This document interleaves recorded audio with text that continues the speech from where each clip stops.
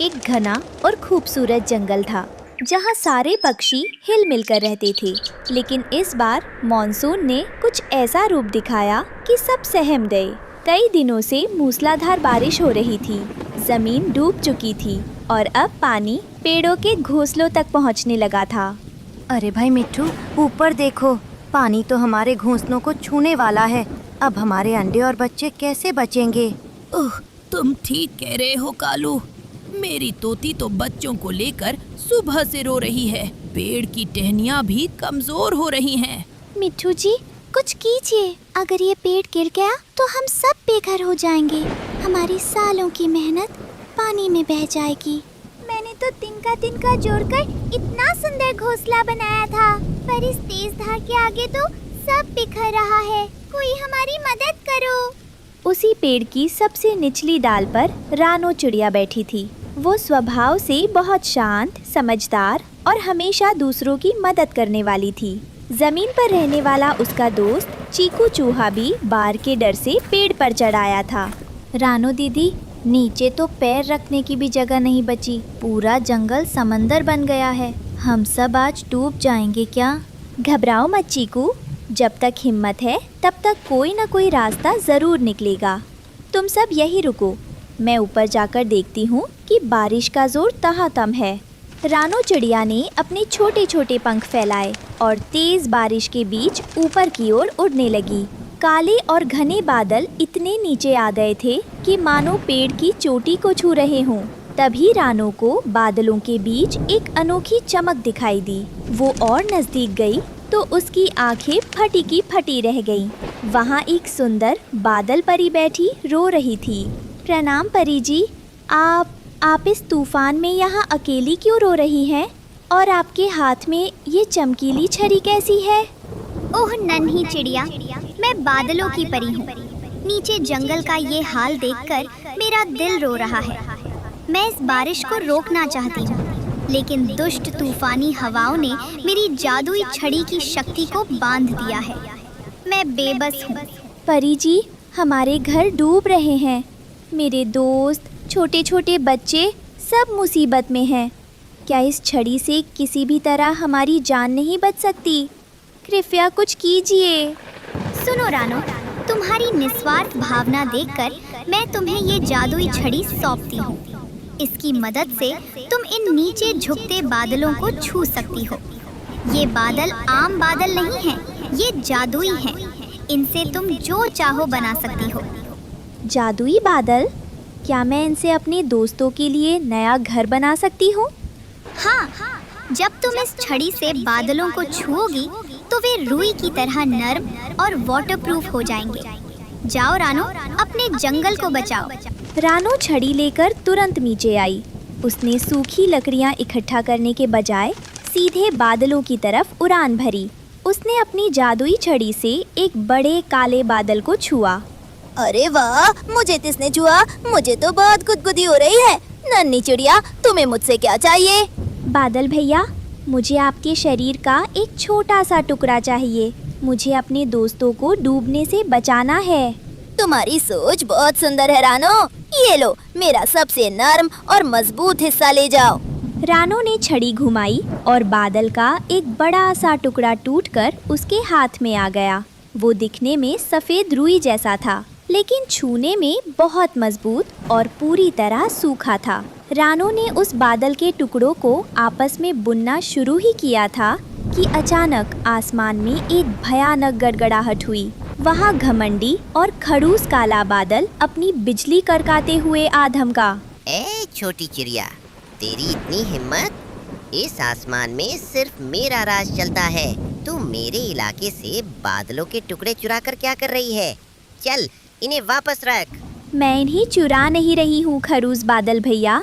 दयालु सफेद बादल ने अपनी मर्जी से ये टुकड़े मुझे दिए हैं। नीचे पूरा जंगल डूब रहा है। मुझे अपने दोस्तों की जान बचानी है। जान बचानी है? मैं तो इस पूरे जंगल को मटियामेट करने आया हूँ। जब तक मैं यहाँ हूँ तब तक कोई नहीं बचेगा। मैं इस पानी से सबके घोंसले बहा दूंगा। तू हट यहाँ से, नहीं तो अपनी बिजली से तुझे यहीं भस्म कर दूंगा। आप जितने भी खरूस बन जाए, मैं आपके इस बुरे इरादे को पूरा नहीं होने दूंगी। एक सिर्फ विनाश करना जानते हैं, लेकिन इस जादुई छड़ी में बचाने की शक्ति है। अच्छा, तो इतनी सी चिड़िया मुझे चुनौती दे रही है? हाँ, ये ले मेरी तेज बर्फीली हवा का झोंका और कड़कती बिजली। देखता हूँ तू अपना घर कैसे बुनती है। खरूस काले बादल ने जोर से फूंक मारी और बर्फीले तूफान के थपेड़े रानो पर छोड़ दिए। रानो के पंख कांपने लगे, लेकिन उसने हिम्मत नहीं हारी। उसने जादुई छड़ी हवा में घुमाई, जिससे एक सुरक्षा कवच बन गया और खरूस बादल की हवाएं उससे टकराकर वापस लौट गईं। देखा खरूस बादल जी, जब तक मेरे मन में दूसरों को बचाने का नेक इरादा है, आपकी ये नफरत की हवा मेरा कुछ नहीं बिगाड़ सकती। रानो ने खड़ूस बादल के गुस्से की परवाह किए बिना तेजी से बादलों को आपस में बुनना शुरू कर दिया। रानो ने देखते ही देखते बादलों को बुनकर एक बहुत बड़ा, सुंदर और बुदबुदा बादल घर बना दिया। वो घर पानी की बूंदों को अपने अंदर आने ही नहीं दे रहा था। अचानक एक बहुत बड़ा सैलाब आया। जिस पेड़ पर सारे पक्षी बैठे थे, उसकी जड़ें उखड़ने लगीं। बचाओ, हमारा पेड़ गिर रहा है। तोती, बच्चों को पकड़ो। दीदी, मैं तैर नहीं सकता, मुझे बचा लो। हे भगवान, अब हमारा क्या होगा? जैसे ही पेड़ गिरा, सारे पक्षी पानी में गिरने ही वाले थे कि तभी रानो चिड़िया अपना जादुई बादल घर लेकर ठीक उनके नीचे आ गई। कोई मत डरो, सब लोग जल्दी से इस बादल घर के अंदर कूद जाओ। चीकू, तुम मेरी पीठ पर बैठो। एक एक करके कालू कौवा, मिट्ठू, तोती, उनके बच्चे और टुनटुनी चिड़िया सब उस बादल घर पर कूद गए। जैसे ही वे उस पर गिरे, उन्हें लगा जैसे वे किसी मखमली गद्दे पर आ गए हों। अरे, ये क्या है? हम पानी में डूब क्यों नहीं रहे? ये तो तैर रहा है। जैसे जैसे पानी का स्तर बढ़ रहा था, रानो का बनाया वो जादुई बादल घर पानी के ऊपर और हवा में तैरते हुए ऊपर उठता चला गया। पानी की एक बूंद भी उसके अंदर नहीं आ पा रही थी। अब सब सुरक्षित थे। बाहर तूफान गरज रहा था, लेकिन बादल घर के अंदर सब गर्म और सुरक्षित थे। रानो, मुझे माफ कर देना। मैंने तुम्हारे अनोखे विचार का मजाक उड़ाया था। अगर आज तुमने अपनी सूझबूझ से ये तैरता घर ना बनाया होता, तो हम सब बह जाते। हाँ रानो, मुझे भी माफ कर दो। मैं खुद को बहुत चालाक समझता था, पर असली समझदारी और बड़प्पन तो तुम्हारे पास है। तुमने हमारे बुरे बर्ताव के बाद भी हमारी जान बचाई। दोस्तों, माफ़ी मत मांगिए। मुसीबत के समय अगर हम एक दूसरे के काम नहीं आएंगे, तो हमारी दोस्ती का क्या फ़ायदा। और याद रखिए, जब पुराने रास्ते बंद हो जाएं, तो डरने के बजाय लीक से हटकर कुछ नया सोचना चाहिए। वाह रानो दीदी, आपका ये बादल घर तो किसी जन्नत से कम नहीं है। अब तो मुझे इस बाढ़ से भी डर नहीं लग रहा।